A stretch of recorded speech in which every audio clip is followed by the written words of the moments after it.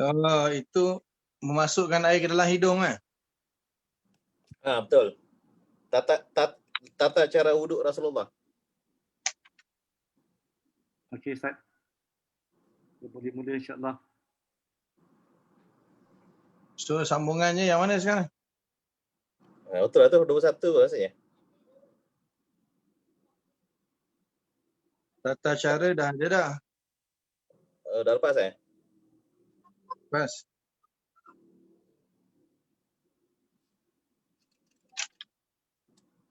Cahaya di muka kedua tangan kaki kerana menyempurnakan wuduk.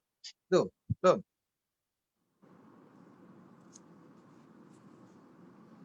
Betul. Sebab saya punya saya tanda sampai 125 tu.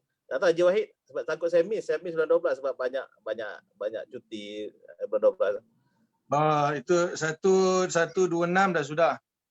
Oh, sudah. Satu hadis je tapi panjang dia punya pembahasan dia kan. Mungkin dah tengok. Hari ni masuk sebenarnya hadis 127 dengan 128, cuma dia sebenarnya kaitan dia dengan hadis yang 126 tu. Sebab dia tambahan daripada hadis. Kalau kita tajuk baru tu 94 lah.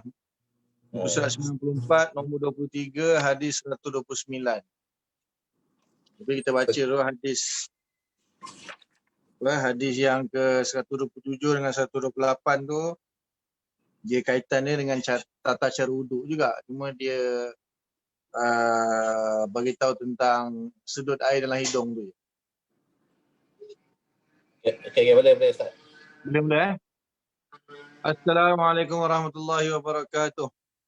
A'udzubillahi minasyaitonirrajim. Bismillahirrahmanirrahim. Innal hamdalillah nasta'inuhu wa nastaghfiruhu wa nu'minu bihi wa natawakkalu alaihi.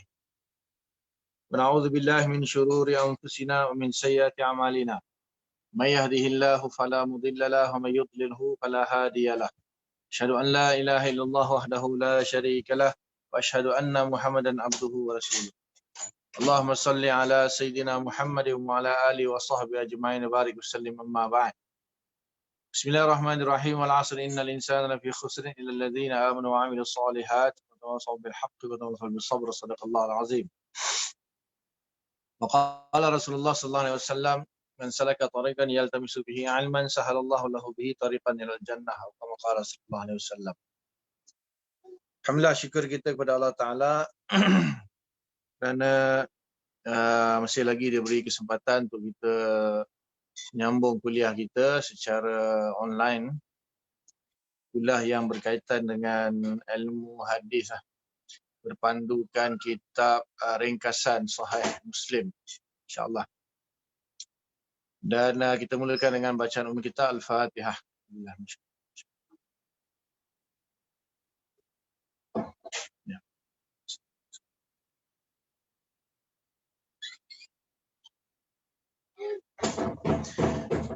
Muka surat 93, tajuk yang ke-22, memasukkan air ke dalam hidung dan mengeluarkannya kembali. Ni hadis ni cabangan lah kita kata daripada hadis yang sebelum ni, iaitu tentang tata cara wuduk Rasulullah SAW. Jadi kita kena faham hadis ini diriwayatkan oleh para sahabat radhiyallahu taala anhum. Ada yang riwayat panjang, ada yang riwayat pendek. Ada yang cerita pasal satu bahagian atau satu part saja daripada wuduk misalnya. Jadi dia ataupun sahabat itu meriwayatkan panjang, tetapi ada perawi-perawi yang meriwayatkan hadis itu daripada sahabat, dia ringkaskan. Mungkin poin dia nak menunjukkan kepada bab yang nak dibahaskan tersebutlah. Di mana mungkin Nabi SAW bercakap tentang satu perkara panjang. Pernah akhir-akhir hayat Nabi SAW, Nabi pernah berkhutbah daripada pagi sampai maghrib. Maknanya panjang lah. Berhenti semayang makan sambung lagi, berhenti semayang makan semayang sambung lagi. Sebab itulah last Nabi nak wafat, Nabi sampaikan semua perkara yang perlu disampaikan. Antara yang paling banyak disampaikan masa itu tentang apa yang akan berlaku akhir zaman lah. Tanda-tanda kiamat dan sebagainya. Jadi yang dengar tu ramai sahabat. So nak cerita daripada A sampai Z semua sekali tu memang panjang lah. Jadi ada sahabat riwayat satu dua patah perkataan saja yang dia sempat dengar lah. Begitu juga perbuatan Nabi SAW, Nabi berwuduk misalnya. Jadi hadis yang sebelum ni kita baca daripada seorang sahabat tu, Abdullah bin Zaid tu, Al-Asim, dia cerita tentang cara wuduk Nabi SAW. Jadi ada sahabat dia tengok cara wuduk Nabi, dia cerita A sampai Z lah daripada awal sampai akhir. Ada kemungkinan sebahagiannya tu dia cerita sebahagian. Ada yang cerita pasal cara Nabi berkumur saja. Mungkin ada cerita Nabi macam mana cara masukkan air dalam hidung dan keluarkan semula seperti tajuk kita ni lah. So itu tentang hadis lah. Dia maksudnya ada hadis yang dikatakan sebagai hadis af'al, iaitu perbuatan Nabi yang diceritakan oleh sahabat. Dan ada yang hadis yang namanya aqwal, yang Nabi sendiri yang berkata-kata lah. Nabi yang cakap benda. Hadis sebelum ni yang tata cara wuduk tu, itu af'al, hadis af'al. Sahabat menceritakan perbuatan Nabi berwuduk. So hadis yang hari ni yang kita akan baca ni, hadis ini adalah kata-kata Nabi sendiri lah. Bismillahirrahmanirrahim. Tajuk yang ke-22, memasukkan air ke dalam hidung dan mengeluarkannya kembali. An Abi Hurairah radhiyallahu taala anhu qala Rasulullah sallallahu alaihi wasallam, idza tawaddaa ahadukum falyastanshiq biman khiraihi minal ma'i thumma liyantasir. Hadis daripada Abu Hurairah radhiyallahu anhu, dia berkata Rasulullah SAW bersabda, apabila salah seorang dari kamu berwuduk, maka hendaklah menghirup air dengan hidungnya kemudian mengeluarkannya kembali. Hadis ini semata-mata Nabi kata apabila salah seorang daripada kamu berwuduk, maka hendaklah dia menghirup air dengan hidung. Menyedut air lah, menghirup maksudnya menghirup air dengan hidungnya kemudian mengeluarkannya kembali. So istilah menyedut air ke dalam hidung tu dipanggil istinsyaq. Nabi kata falyastanshiq. Itu dalam bahasa Arab tu dipanggil fa'al amar ghaib. Fa'al amar ghaib. Ayat perintah untuk orang yang ghaib, maksudnya sesiapa sajalah. Termasuk kita lah sebagai umat Nabi SAW, maka perintah itu ditujukan kepada kita. Sebab Nabi kata di situ umum, iza tawaddaa ahadukum. Sesiapa saja, maknanya termasuklah kita yang bukan berada semasa Nabi bercakap tu, kita tak ada di situ. Termasuk sebab apa dia gunakan amar ghaib. Falyastanshiq itu amar ghaib. Perintah kepada semua orang, sama ada yang ada di depan Nabi ataupun yang tidak ada depan Nabi. Sampailah kiamat lah. Dan ini ayat perintah. Jadi kita kalau belajar ilmu usul fiqh, dalam ilmu usul fiqh, ulama usul membuat kaedah al-aslu fil amri bermakna wajib. Al-aslu fil amri bermakna wajib. Asal pada perintah itu adalah wajib. Di sini perintah ni, falyastanshiq ni adalah satu perintah. Menyedut air ke dalam hidung adalah satu perintah. So kalau kita ikutkan kaedah usul, maka dia wajib. Dia jadi wajib. Tetapi apa yang kita belajar sekarang ni, menyedut air ke dalam hidung itu bukanlah satu perkara yang wajib ketika berwuduk. Jadi di sini kan Nabi pun tak sebutkan wajib ke sunat. Kan Nabi tak sebut. Nabi kata hendaklah kamu menyedut air atau menghirup air ke dalam hidung. Biman khiraihi, maksudnya dua lubang hidung. Man khiraihi, dua lubang hidung. Sebab Nabi guna sirat tasniah tu. Man khirai itu dua lubang hidung. Minal ma'i daripada air, summa kemudian liyan tasir. Itu pun perintah juga. Yang tasir, keluarkanlah dia kembali. Itu perintah juga. So mengeluarkan air daripada hidung dipanggil istinsar. Dipanggil istinsar. Kalau menyedut dipanggil istinsyaq, dan mengeluarkan kembali dipanggil istinsar. Dipanggil istinsar. Faham Jadi kalau berdasarkan perintah di situ, maknanya wajib lah. Sebab apa kalau ikut kaedah usul fiqh, al-aslu fil amri bermakna wajib. Asal bagi sesuatu perintah itu adalah wajib. Jadi macam mana hari ni kita kata tak wajib pula kan sudut air dalam hidup? Sebab apa di sinilah para ulama mengatakan ada qarinah-qarinah, ada tanda-tanda, ada bukti-bukti atau dalil yang lain yang menunjukkan dia tidak wajib. Antaranya apa? Di antaranya ayat Al-Quran yang menyebut tentang wuduk. Ada ayat Al-Quran yang masyhur yang menyebut tentang wuduk, iaitu surah Al-Maidah. Allah Ta'ala berfirman, "Iza qumtum ila shalah faghsilu wujuhakum." Jika kamu ingin mendirikan solat, hendaklah kamu membasuh muka kamu. Wa aydiyakum ilal marafiq. Dan kedua belah tangan kamu sehinggalah ke siku. Kemudian wamsahu biru'usikum. Hendaklah kamu mengusap kepala kamu. Kemudian wa arjulakum, basuh kedua kaki kamu ilal ka'bain sampai buku lali. So dalam ayat ini Allah Ta'ala sebut 4 saja. Allah Ta'ala sebut 4 saja, iaitu basuh muka, basuh tangan hingga siku kiri dan kanan, mengusap sebahagian kepala dan membasuh kedua belah kaki hingga buku lali. So dalam Al-Quran di situ tidak menyebutkan benda-benda selain daripada 4 tadi kan.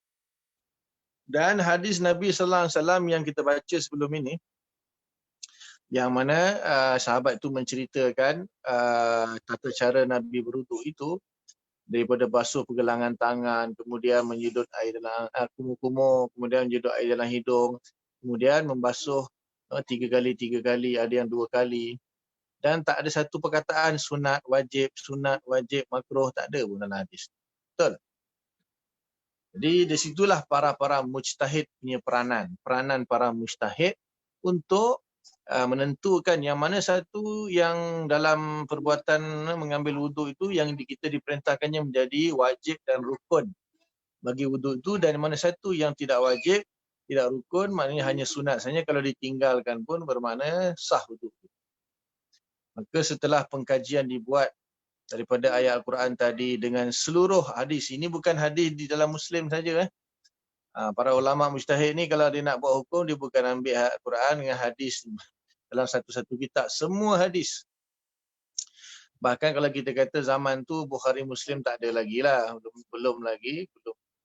belum lagi mengumpulkan hadis mereka. Sebab apa? Zaman-zaman fuqaha tu macam Imam Abu Hanifah, Imam Malik, Imam Syafi'i dan Imam Ahmad, zaman tu Imam Bukhari baru budak-budak lagi lah, baru lahir. Imam Syafi'i meninggal, ketika Imam Syafi'i meninggal, Imam Bukhari umur 10 tahun. Ketika Imam Syafi'i meninggal dunia, Imam Bukhari ketika itu baru berumur 10 tahun di Bukhara sana, di kampung dia lah. Jadi pengumpulan hadis Bukhari Muslim ni berlaku setelah kematian para fuqaha tersebut lah. Jadi bermakna sebenarnya hadis-hadis ni sudah pun ada lah. Sebelum zaman Bukhari Muslim, hadis-hadis sudah pun ada. Maknanya contohnya Imam Ahmad bin Hanbal kan, dia sendiri hafal 1 juta hadis. Dan Imam Syafi'i ini merupakan guru kepada Imam Ahmad bin Hanbal dalam ilmu fiqh. Dan dalam masa yang sama Imam Syafi'i mengambil hadis juga daripada Imam Ahmad bin Hanbal kerana dia banyak hafal hadis. 1 juta hadis. Jadi bermakna bukanlah rujukan kita ni hanya Bukhari Muslim saja di dalam untuk kita mengetahui sesuatu dalil lah tentang sesuatu amalan fiqh, misalnya semayang ke, wudu ke dan sebagainya lah. Tak mencukupi sebenarnya kalau nak mensyarahkan sepenuhnya tentang wuduk itu. Kalau macam saya nak syarahkan tentang wuduk dari segi yang kita belajar kan dalam kitab fiqh kan, rukun-rukun wuduk, syarat sah wuduk, perkara yang sunat ketika wuduk, kemudian yang perkara yang dimakruhkan ketika wuduk, perkara yang membatalkan wuduk. itu nak syarahkan semua tu dengan sumber dalil-dalil dia. Ini bukan tempat dia lah kita kata. Kuliah maghrib, kuliah subuh ni bukan tempat. Itu perlu kepada satu pengkajian yang luas lah. Maknanya itu bagi orang yang dipanggil mutakhassis dalam ilmu fiqh. Itu dia akan kajilah bab tu. Lagipun kalau dah dikaji pun tak boleh buat apa pun. Maksudnya akhirnya nanti hasil daripada kajian itu akan menunjukkan khilaf di kalangan ulama. Sebab apa di sini bila Nabi kata fal yastanshid, maka ada ulama akan mengatakan bahawa wajib menyedut air ke dalam hidung. Ada mazhab yang mengatakan wajib berkumur, wajib menyedut air ke dalam hidung.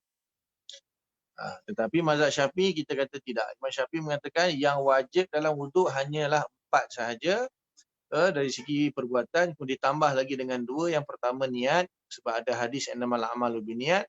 Dan yang keenam tertib, kerana itu difahami daripada cara Nabi berwuduk. Nabi tidak pernah tonggang terbalik ambil wuduk. Ikut susunan, ikut turutan. Maka wajib itu, tertib itu menjadi wajib dan rukun dalam mazhab Syafi'i.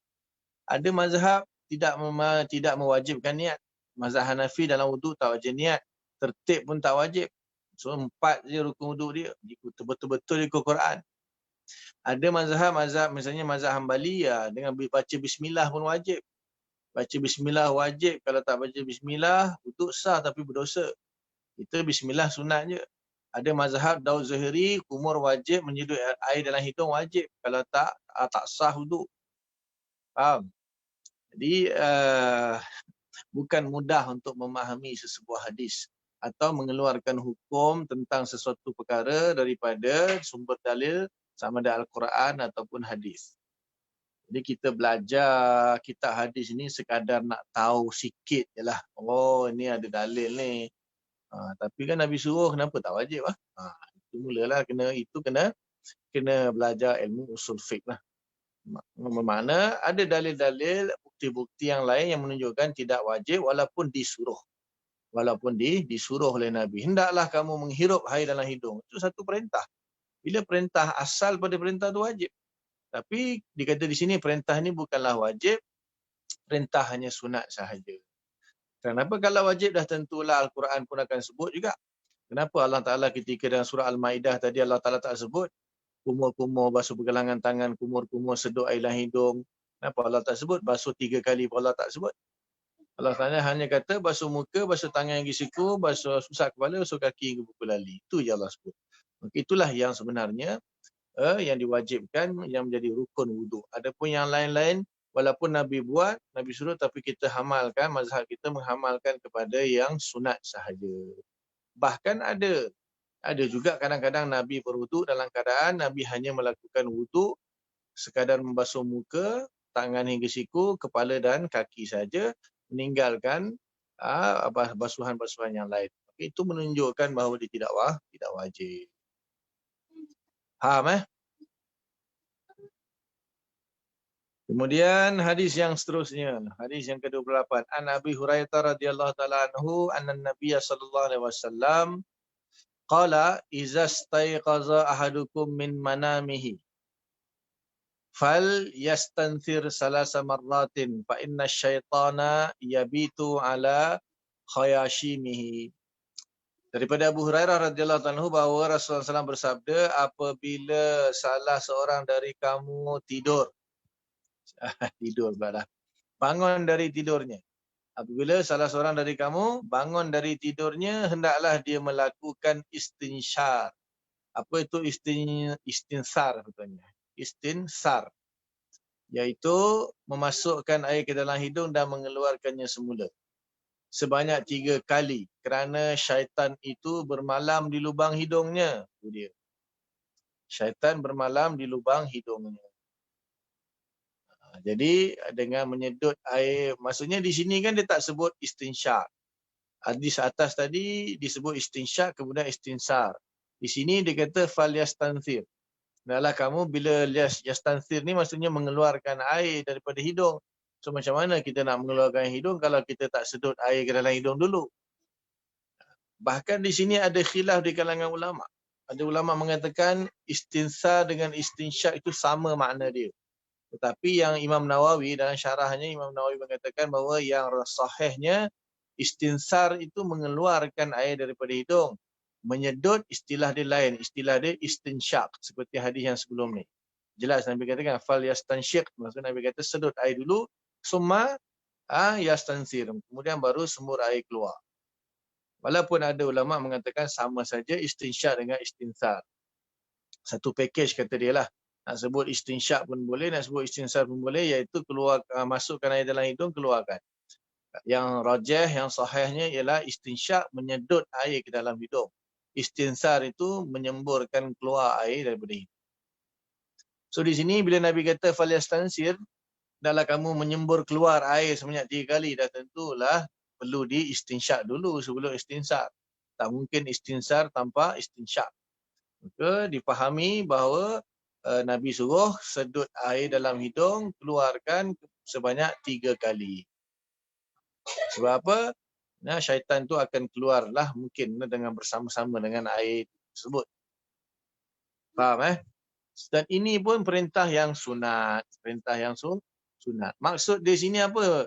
Maksudnya di sini kan orang kalau tengok faham, maknanya bangun tidur terus buat sedut air dalam hidung semua 3 kali sudah. Bukan. Maksud dia bila kita bangun tidur, setelah biasanya kalau bangun tidur pergi tandas kan. Pergi tandas, keluar dari tandas. Kemudian kita pastilah akan beruduk sebab nak sembahyang subuh ataupun nak sembahyang tahajud lah. Yang mana yang bangun awal mungkin nak sembahyang tahajud. Maka mestilah beruduk dan jangan tinggalkanlah kalau boleh beruduk. Sedut air dalam hidung tu. Supaya syaitan yang bermalam dalam hidung itu akan keluar. Dan ada riwayat yang lain mengatakan bahawa, riwayat lain lah bukan dalam Sahih Muslim kot. Apabila kita ni tidur, syaitan mengikat kita dengan 3 ikatan. Mengikat kita dengan 3 ikatan. Jadi untuk kita meleraikan 3 ikatan tersebut, ikatan tu dengan tujuan supaya kita tidur nyenyak, tak bangun-bangun lah. Jadi untuk meleraikan ikatan supaya kita jadi fresh balik lah. Yang pertama, bangun baca doa tidur. Alhamdulillahilladzi ahyana ba'dama amatana wa ilaihin nusyur. Segala puji bagi Allah yang telah menghidupkan aku semula setelah mematikan aku, dan kepadanya lah kita akan dikembalikan. Maka terlerai satu ikatan. Kemudian bila kita berwuduk, sedut air dalam hidung ni akan terlerai lagi satu ikatan. Dan bila kita sembahyang sunat 2 rakaat, terlerai ikatan yang ketiga, kita akan jadi fresh macam biasa. Kalau kita tak buat, tinggalkan salah satu, maknanya ada satu ikatan lagi, so tu kita rasa malas, rasa lemah. So baca doa bangun tidur, ambil wuduk dengan sambil menyedut air dalam hidung dan juga sembahyang sunat 2 rakaat. Akan terlerai ketiga-tiga ikatan daripada syaitan. Dalam hadis yang lain. Faham Dan benda tu bagus. Saya pernah dapat nasihat daripada orang Arab.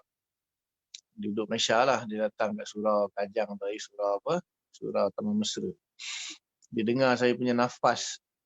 Sebelah saya. Lepas semua dia tanya, saya ni asma ke? Sebab dia dengar bunyi dengan nyut. Lepas tu dia kata, rajin-rajinlah sedut air dalam hidung masa wuduk. Banyak lebih-lebihkan lah. Sampai agak ada rasa pedih sikit kan. Kadang-kadang kita sedut terlebih tu pedih sikit kat otak. Itu akan membantu menghilangkan dia kata. Dan banyak kelebihan istinsyak ni. Kalau tak percaya kita mengantuk, kita sedut air dalam hidung tu confirm fresh insya-Allah. Untuk ngantuk subuh-subuh kan, sedut air dalam hidung insya-Allah dia segar insya-Allah. Boleh Okey, muka surat sebelah.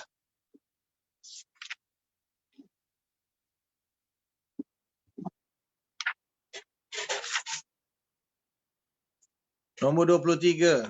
Tajuk yang ke-23, cahaya di muka, kedua tangan dan kaki kerana menyempurnakan wuduk. An-Nu'aim bin Abdullah Al-Mujmir. Daripada Nu'aim bin Abdullah Al-Mujmir qala, dia telah berkata, ra'aitu Abu Hurairah radhiyallahu ta'ala anhu yatawaddau fa ghassala wajhahu fa asbaghal wudu'a. Aku telah melihat Abu Hurairah telah mengambil wuduk dan dia membasuh wajahnya dan dia melebihkan wuduknya. Summa ghassala yadahu yumna, kemudian dia membasuh tangannya yang sebelah kanan hatta asyra'a fil adud, sehingga naik ke lengan atas. Adud itu lengan atas. Summa yadahul yusra hatta ashra'a fil adud. Kemudian dia membasuh tangan kirinya sampailah ke lengan bahagian atas. Summa masa ra'sahu, kemudian dia mengusap kepalanya. Summa ghasala rijlahul yumna hatta ashra'a fis saq. Kemudian dia membasuh kaki kanannya sehingga sampai kepada betis. Summa ghasala rijlahul yusra hatta ashra'a fis saq. Kemudian dia membasuh kaki kirinya sampai ke betis. Summa qala li hakaza ra'aitu Rasulullah sallallahu alaihi wasallam yatawaddau. Kemudian dia kata, beginilah aku melihat Rasulullah SAW berwuduk. Maqala qala Rasulullah SAW, maka Hurairah kata, sabda Nabi SAW, antumul al-ghurrul muhajjalun. Kamu adalah ghurrul muhajjalun, cahaya yang bersinar-sinar. Ghurrul muhajjalun tu cahaya yang bersinar-sinar. Yaumal qiyamah, pada hari kiamat. Min isbaghil wudu, daripada lebihan air wuduk. Faman istata'a minkum falyutil qurratahu wa tahjilahu. Dan barang siapa yang mampu adalah dia memanjangkan cahayanya, qurrah dan tahjilnya. Qurrah dan tahjilnya di sini maksudnya, qurrah dan tahjil ni asalnya adalah suatu tompok putih yang ada di kepala kuda. Dan juga tahjil tu tompok putih yang berada di kaki depan kuda atau kaki belakang. So ciri-ciri nak memilih kuda yang hebat, kuda yang laju lari dan yang hebat lah. Dia ada tompok putih dekat dia punya kepala dahi dia. Tompok mana pun. Kalau kuda hitam ke, kuda coklat ke kan, dia mesti ada tompok putih dekat dahi dia, itu menunjukkan kuda yang hebat. Begitu juga tompok putih pada lutut kaki depan dia. Jadi, dan tompokan tu jelas nampaklah kuda tu hitam atau coklat kan. Tahu ada putih ke sini. Memang nampak jauh-jauh nampak benda. Itu asalnya ghurrah dengan tahjil. Jadi dipindahkan perkataan ghurrah dengan tahjil ini kepada cahaya yang bersinar-sinar akibat daripada air wuduk. Pada hari kiamat nanti Nabi sallallahu alaihi wasallam akan mengenali umatnya dengan cahaya yang bersinar pada muka, tangan dan kaki. Jadi kan kita wuduk kan, anggota dia muka, kepala tu termasuk sekali lah. Kemudian tangan hingga siku kan. Maka di sini disuruh basuh. Disuruh basuh lebih siku, maksudnya naikkan lagi sampai ke lengan atas. Kalau boleh sampai bahu pun bagus. Maka cahaya tu akan sampai ke bahu. Basuh muka pun lebihkan sikit ke bahagian kepala tu, supaya cahaya tu lebih sikit. Jadi basuh tangan pun biar sampai ke lengan adud tu, lengan atas ataupun sampai bahu lah. Kalau kaki pun sama, sampai betis ataupun sampai lutut. Supaya dalam hadis yang lain dia dari riwayat tu sampai lutut tu, dibasuh sampai bahu, tangan, kaki, basuh kaki sampai lutut. Maka di situ cahaya siapa yang basuh sampai lutut, cahaya dia sampai lutut lah. Siapa basuh tangan, cahaya dia sampai bahu, tangan dia sampai cahaya dia sampai bahu.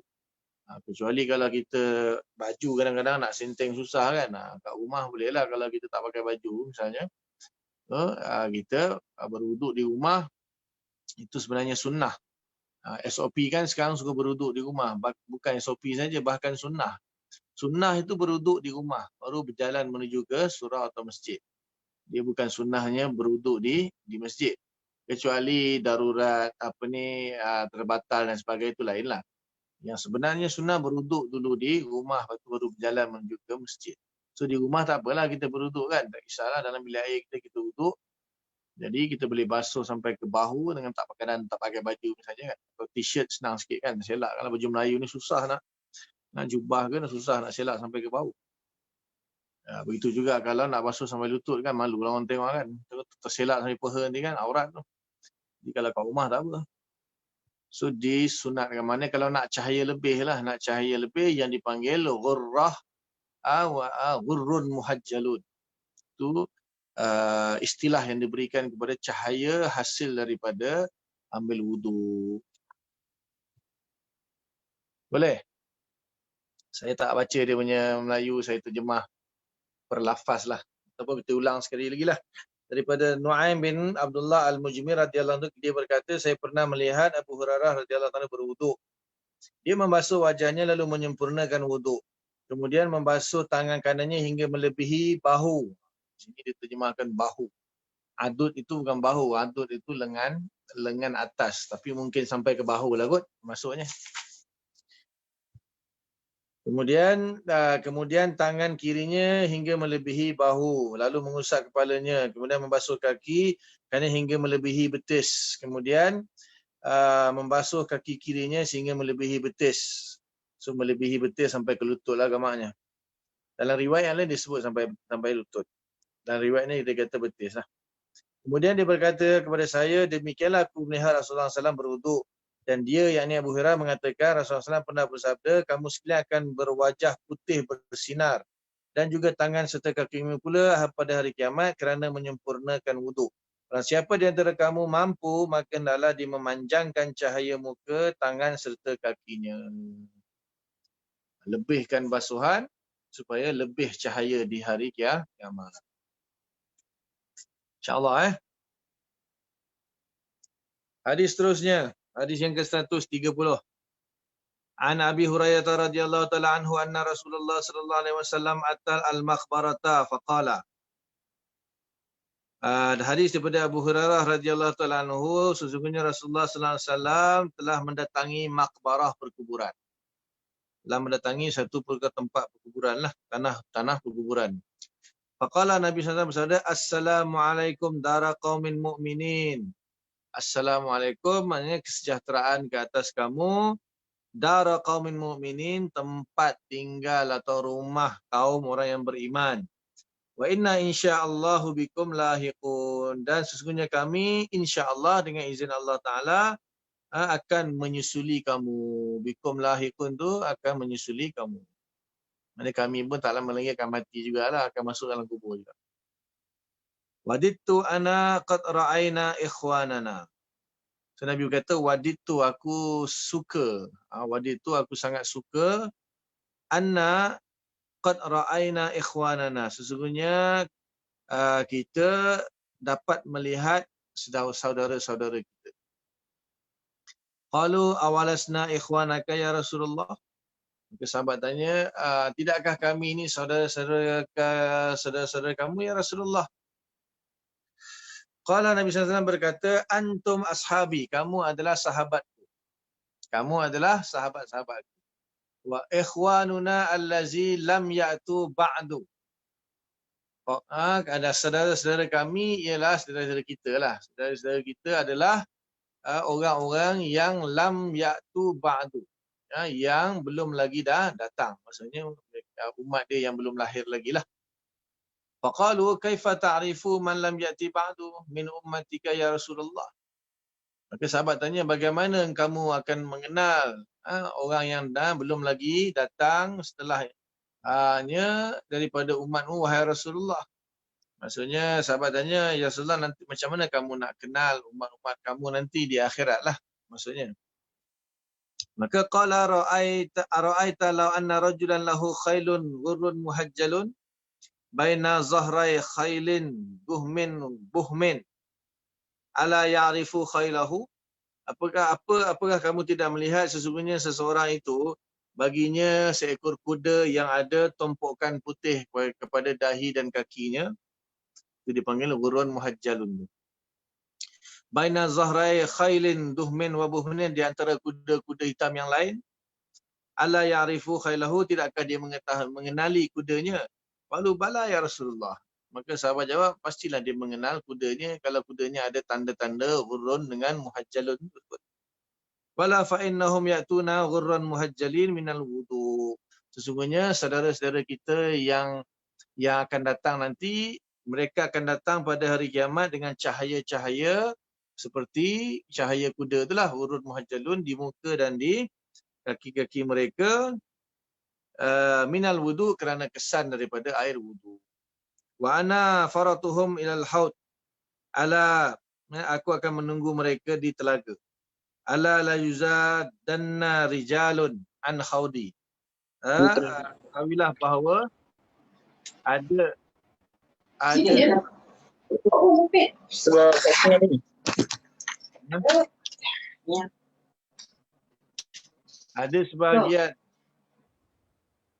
Ada sebagian manusia yang akan diusir daripada Bulan 15. Ni ayah suruh masuk. Mana? Mana dia bunyi tu? Antena tu. Buat wifi tu. Kau cabut tak biar? Haji Poji minta tolong mute audio. Haji. Saya naik motor.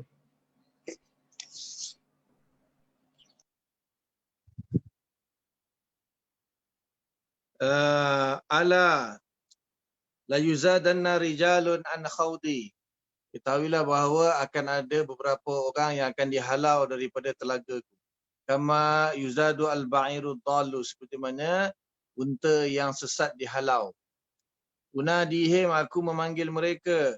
Ala haluma, dia mai sini. Fayuqalu, maka dikatakan innahum qad baddalu ba'daka faqulu suhqan suhqan. Maka dikatakan bahawa sesungguhnya mereka telah menukarkan agama ataupun kesunahan setelah kewafatan engkau, maka aku pun berkata suhqan, jauhlah, berambuslah. Okey. So ini hadis yang sama juga dengan hadis yang sebelum ni tentang ghurun muhajjalun, cuma ada tambahan sikit cerita dia. Dari Abu Hurairah radhiyallahu anhu bahwasanya Rasulullah SAW mendatangi tempat pemakaman kuburan lalu mengucapkan Assalamualaikum dara qaumin mu'minin wa inna insyaallah bikum lahiqun. Ini daripada hadis ini juga kita dapati bahawa disunatkan kita apabila kita masuk ke kawasan perkuburan, kita mengucapkan seperti mana yang Nabi ucapkanlah. Boleh hafal lah, ringkas je kan. Assalamualaikum dara qaumin mu'minin. Ya, bila kita masuk dalam kubur, masuk kawasan kubur, kita ucapkan Assalamualaikum dara qaumin mu'minin. Kemudian wa inna insyaallah bikum lahiqun. Kalau tak boleh bahasa tak boleh bahasa Arab, bahasa Melayu pun boleh lah. Assalamualaikum wahai ahli kubur, kami insyaAllah pun akan mati juga mengikuti kamu. Boleh je dalam bahasa Melayu. Itu sunat. Antara doa yang sunat dibaca ketika kita masuk ke dalam kawasan kubur lah. Kemudian Nabi mengatakan, dia terjemah. Dia terjemahkan tu dalam kurungan tu, semoga keselamatan tetap padamu wahai perkampungan kaum mukminin, dan kalau Allah sudah menghendaki maka sesungguhnya kami akan menyusul. Kami senang telah melihat saudara-saudara kami. Para sahabat bertanya, ya Rasulullah, apakah kami bukan saudara engkau? Itu sebenarnya dah lain lah tu. Dia terjemah tu salah, bukan salah. Dia yang dianya doa tu berhenti pada lahiqun, stop kat situ. Doanya sampai situ je. Kemudian waditu ana qad ra'ayna ikhwanana, itu lain, itu perkataan lain. Maksudnya tak masuk dalam doa tadi. Nabi sebut setelah tu Nabi sebut waditu, kan? Aku berharap, aku rindu sangatlah nak berjumpa dengan umat-umatku. Asal Nabi kata saudaraku lah, Nabi sebut itu saudaraku. Dia bukan masuk dalam doa tu, dia tak masuk dalam doa. Dia terjemah dalam kurungan tu kan. Itu kesilapan tu. Yang mana yang doa tu sampai lahiqun ataupun terjemahan dia menyusul, itu saja. Kemudian yang kata kami senang telah melihat saudara kami itu bukan masuk dalam doa. Itu Nabi bercakap dengan sahabat. Dengan Nabi dah bagi salam, lepas tu Nabi bercakap dengan sahabat. Dia kata, aduh, rindunya aku nak bertemu dengan saudara-saudara. Sahabat kata, tidakkah kami ini saudara-saudara kamu? Ya Rasulullah, apakah kami bukan saudara engkau? Baginda menjawab, akan tetapi kamu sekalian adalah sahabatku. Begitu juga saudara-saudara kita yang akan datang setelahnya. Ini terjemahan tak berapa nak tepat. Itu saya suka terjemah sendiri dulu sebab dapatkan makna dia yang sebenar. Jadi sebenarnya Nabi kata, wadidtu ana qad ra'ayna ikhwanana. Aku rindu sangat nak melihat atau nak bertemu dengan saudara-saudara. Lepas tu sahabat kata, awasna ikhwanana ya Rasulullah. Adakah kami ni bukan saudara? Saudara engkau. Rasulullah kata, qala antum ashabi. Kamu adalah sahabatku. Wa ikhwanuna, sedangkan saudara-saudara aku atau saudara kami dia adalah yang belum lagi datang. Maksudnya yang belum hidup lagi lah. Maksudnya yang akan datang kemudian. Itu sepatutnya terjemah hadis yang betul lah. Dia terjemah tu kurang tepat tu. Begitu juga saudara dikatakan, akan tetapi kamu sekalian adalah sahabatku. Begitu juga saudara-saudara kita yang akan datang setelahnya. Tidak. Terjemahan dia, Nabi sebab bila Nabi kata, aku ingin bertemu dengan saudara-saudaraku. Sahabat tanya, kami bukan saudara engkau ke ya Rasulullah? Rasulullah kata, tak, engkau ni sahabat aku. Saudara-saudara aku itu ialah mereka yang tidak sempat bertemu dengan aku tetapi beriman dengan aku. Dalam hadis yang lain, dia ada sebut, Nabi kata, saudara-saudara aku yang aku maksudkan ialah mereka yang tidak sempat bertemu dengan aku tetapi mereka beriman dengan aku. Itu dalam hadis yang lain. Itu sepatutnya terjemahan dia begitulah. Sebab tak tepat tu, salah terjemahan dia. Kemudian sahabat bertanya, bagaimana engkau dapat mengetahui umatmu yang akan datang setelahmu, wahai Rasulullah? Baginda menjawab, bagaimana menurut kamu jika ada seorang yang mempunyai seekor kuda yang bermuka dan tangan serta kaki yang bersinar putih di antara kedua-dua lain, di antara kuda-kuda lain yang berwarna hitam legam. Tidakkah orang tersebut mengenali kudanya? Jadi di sini maksudnya bersinar putih itu ada tompokan.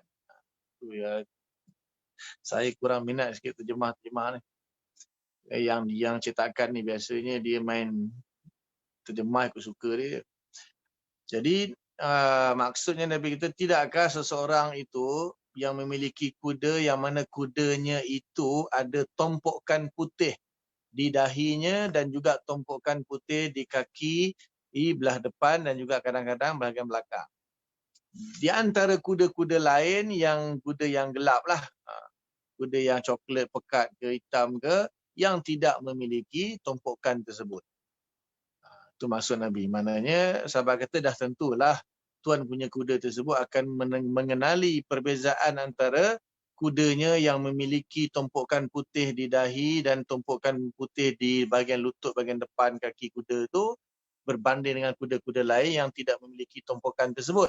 So, Nabi kiaskanlah. Maknanya di padang mahsyar nanti manusia berjuta-juta. Betul? Entah berapa juta entah kan manusia di padang mahsyar nanti dengan keadaan telanjang pula tu semuanya akan berdiri di padang mahsyar. So daripada Nabi Adam sampai manusia yang terakhir lahir pada hari kiamat, semuanya akan dibangunkan, dibangkitkan berdiri di padang mahsyar. So macam mana Nabi nak kenal umat dia? Nabi bagi contoh lah, seperti mana saya seorang tuan punya kuda yang mana kuda dia ada tumpukan putih di dahi dan tumpukan putih di kaki bahagian depan. Di kalangan kuda-kuda lain yang tidak ada tumpukan, dah tentu dia boleh bezakan antara kuda dia dengan kuda lain yang bukan kuda dia. Begitu juga Nabi kata, aku boleh kenal umatku dengan tanda-tanda ataupun cahaya-cahaya yang bersinar di wajah-wajah mereka, tangan-tangan mereka dan kaki-kaki mereka kerana kesan daripada air wudu. Itu Nabi buat perumpamaan lah. Nabi buat perumpamaan. Kemudian, dan aku mendahului mereka di telaga. Maksudnya Nabi kata aku akan menunggu mereka di telaga Kausar. Tentang telaga Kausar ni dia ada khilaf di kalangan ulama. Ada ulama mengatakan bahawa telaga Kausar Nabi itu sebelum titian sirat. Ada pendapat mengatakan telaga Kausar itu selepas sirat. Selepas melintas sirat, sebelum masuk ke syurga ada telaga di situ. Ada ulama mengatakan Nabi ada dua telaga. Nabi ada dua telaga, satu sebelum titian sirat, satu selepas titian sirat. Sebab apa? Yang mengatakan bahawa titian sirat itu ialah setelah umat-umat Nabi sallallahu alaihi wasallam tu dihisap kan, disoal, dihisap, ditimbang amalannya, Jadi sebelum mereka telah pun lepas hisab dan timbangan amalan untuk mereka menaiki titian sirat untuk menuju ke syurga lah, yang mana yang ditakdirkan masuk syurga. Maka sebelum tu mereka akan diberi minum dulu. Yalah, berapa ribu tahun, 50,000 tahun tunggu duduk di padang mahsyar tak minum-minum apa pun.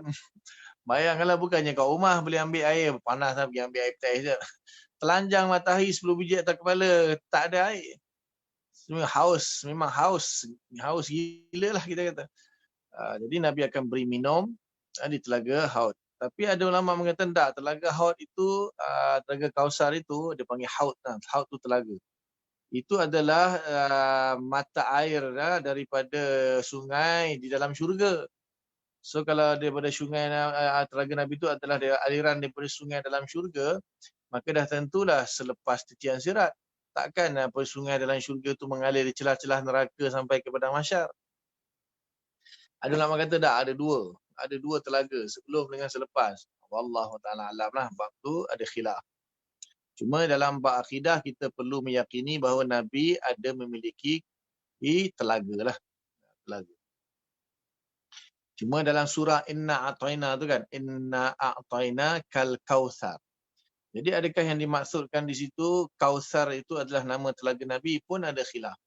Setengah ulama mengatakan itulah yang dimaksudkan. Kautsar itu ialah telaga yang akan diberikan kepada Nabi untuk memberi minum kepada umatnya.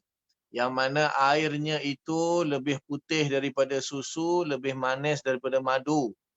Kemudian cangkir-cangkirnya ataupun cawan-cawannya untuk minum lebih banyak daripada bintang-bintang di langit. Itu hadis sahih Bukhari, Muslim. Jadi Nabi akan memberi minuman. Jadi adakah Al-Kautsar itu dalam surah Inna A'tayna itu yang dimaksudkan? Sebagai ulama kata itulah maksud. Sebagai ulama kata tak, yang masuk Al-Kautsar di situ adalah nikmat yang banyak. Kautsar itu maknanya nikmat yang banyak. Bukan maksudnya telaga Kautsar. Itu ada khilaf jugalah. Jadi apa pun khilafnya, maknanya di sini Nabi akan menanti umatnya di telaga tersebut. Kemudian ada sebahagian manusia yang diusir. Ada beberapa manusia yang ingin mendatangi telaga Nabi, kemudian dihalau oleh para malaikat. Kemudian Nabi tanya kenapa dia dihalau. Kan, mai ke sini, kenapa dihalau? Maka malaikat mengatakan bahawa sesungguhnya setelah kematian engkau, mereka telah mengubah agama, telah membuat benda-benda bid'ah, telah membuat perkara-perkara yang baru dalam Islam yang tidak ada kaitan dengan syariat Islam. Akhirnya Nabi pun kata menjauhilah, maksudnya berampuslah. Maksudnya Nabi halau lah, suhkan. Faham? Banyak cerita lah dalam hadis ni kan, banyak cerita. Jadi Imam Nawawi rahimahullah, dia telah mensyarahkan hadis dalam Sahih Muslim. Dia kata, siapakah yang dimaksud oleh Nabi tersebut yang dihalau? Jadi bermakna diorang ni mana bila datang ke telaga Nabi, bermaksud mereka tu ada cahaya. Ada cahaya di mukanya, ada cahaya di tangannya, ada cahaya di kakinya. Sebab itulah Nabi panggil mereka untuk minum di telaga Nabi. Sebab itu umat Nabi. Nabi kenal umat dia kan dengan cahaya. Tapi kenapa dia dihalau? Jadi kata sebagai ulama, mereka-mereka yang dihalau tu ialah orang-orang yang munafik. Orang-orang yang munafik di zaman Nabi. Tetapi kata tak kena, sebab apa? Malaikat kata mereka telah mengubahnya setelah kematian engkau. Sebab orang-orang munafik Nabi kenal. Nabi kenal orang yang munafik. So ulama kata orang-orang yang murtad setelah Nabi wafat. Orang kata kalau orang yang murtad setelah Nabi wafat kan, takkan dia ada cahaya kot dekat muka, dekat tangan, dekat kaki. So pendapat yang ketiga mengatakan mereka ini memang umat Islam, tetapi mereka melakukan bid'ah yang mana bercanggah dengan sunnah engkau wahai Rasulullah, seperti Mu'tazilah, Syiah, Khawarij, semua itulah. Mujassimah, Musyabbihah, itulah semua bid'ah semua tersebut. Tetapi dalam masa yang sama mereka semayang. Dalam masa yang sama mereka juga orang Islam semayang. Tapi mereka tu buat bid'ah lah dalam akidah, misalnya seperti Khawarij, Mu'tazilah, Qadariyah, Jabariyah, Mujassimah, Musyabbihah. Syiah dan sebagainya kan. Yang masih lagi Islam lah, Syiah yang tahap yang tak sampai kafir lah, sampai masih lagi Islam, cuma dia punya amalan dia tu telah bertentangan dengan sunnah Nabi SAW. Tapi dia tetap masih semayang. Sebab itulah Nabi masih memanggilnya untuk datang minum, sebab Nabi kenal dia ada cahaya di muka, cahaya di tangan, cahaya di kaki, sebab mereka berwuduk semayang. Tapi disebabkan mereka membuat bid'ah-bid'ah, mereka dihalau oleh para malaikat. Maka Nabi pun kata, jauhlah, jauhlah. Itu jawapan yang paling sesuai lah kalau kita nak tatbikkan dengan hadis ini, nak sinkrokan dengan hadis ini. Sebab Nabi menampak cahaya tapi dihalau. Kenapa kan? Maknanya, dan dia kata telah membuat mengubah ajaranmu sepeninggalanmu, maksudnya setelah kamu wafat. Sepeninggalanmu maksudnya setelah kamu wafat, mereka telah mengubah ajaran Islam. Jadi, tapi cahaya kan masih ada. Maksudnya, tak bolehlah kita kata orang kafir. Kalau orang kafir dah tentu cahaya tak ada. Sebab orang kafir bila dah murtad, habis amalan ni semua seperti habaan mansura kan. Debu-debu bertebangan. Jadi maknanya orang yang masih Islam, masih semayang, masih berwuduk, masih semayang tetapi membuat perkara-perkara bid'ah, maka dihalau oleh Nabi tidak dapat minum di Telaga Kausar. Wallahu a'lam. Cukup. Okey, Ustaz. Soalan.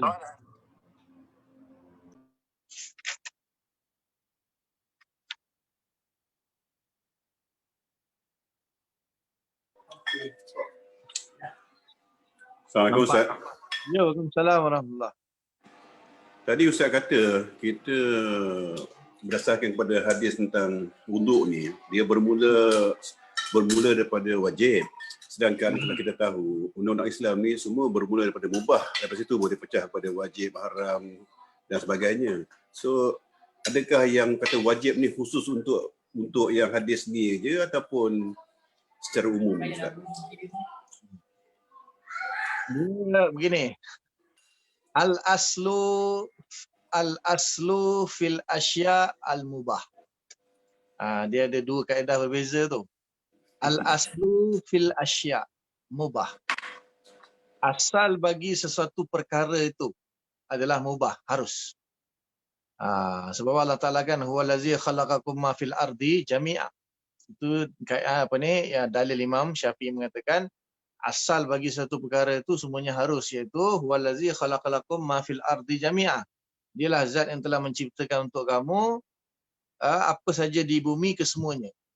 So di situ Imam Syafi'i kata al aslu fil asya mubah. Asalnya satu perkara itu adalah harus. Cuma yang saya sebut tadi itu al aslu fil amri. Asal pada perintah. Asal pada perintah maknanya jadi wajib. So benda itu tak wajib asalnya, tapi oleh kerana Nabi dah memerintahkan jadi wajib. Kecuali perintah itu ada bukti lain, qarinah lain yang menunjukkan dia tidak wajib. Sebab perintah ada dua jenis perintah, tiga jenis perintah. Dalam firman dalam Quran Allah katakan kulu washrabu wala tusrifu, makanlah dan minumlah. So adakah makan dan minum itu wajib? Itu perintah juga. Banyak itu dalam usul fiqh lah. Kalau Datuk minat bolehlah ikut pengajian usul fiqh, tapi dah nak habis dah, tinggal beberapa siri je lagi. Ada juga nanti selama bulan Februari ni ada satu lagi pengajian qawaid fiqhiyah.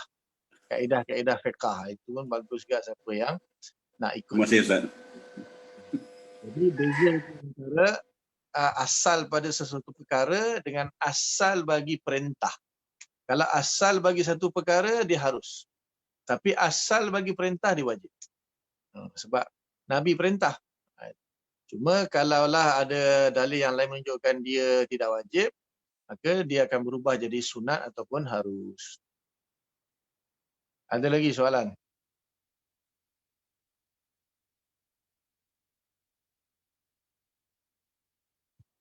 Cukup? Cukup insyaAllah. Cukup. Setakat itu dulu. Apa yang baik daripada Allah Subhanahu Wa Taala, apa yang tak baik kelemahan saya lah, minta ampun kepada Allah, minta maaf kepada semua. Mudah-mudahan Allah Taala bagi taufik, kita faham akan sampaikan dan kita tangguh dengan kafarah majlis. Subhanallah bihamdika nasyhadu an la ilaha illa anta nastaghfiruka wa natubu ilaik. Subhana rabbika rabbil izzati amma yasifun. Wassalamu ala al-mursalin. Alhamdulillahirabbil alamin. Warahmatullahi wabarakatuh. Ya, salam. Terima kasih Ustaz. Assalamualaikum. Terima kasih Ustaz. Terima Ustaz. kasih. Assalamualaikum. Terima kasih Ustaz. Assalamualaikum. Ustaz. Salam.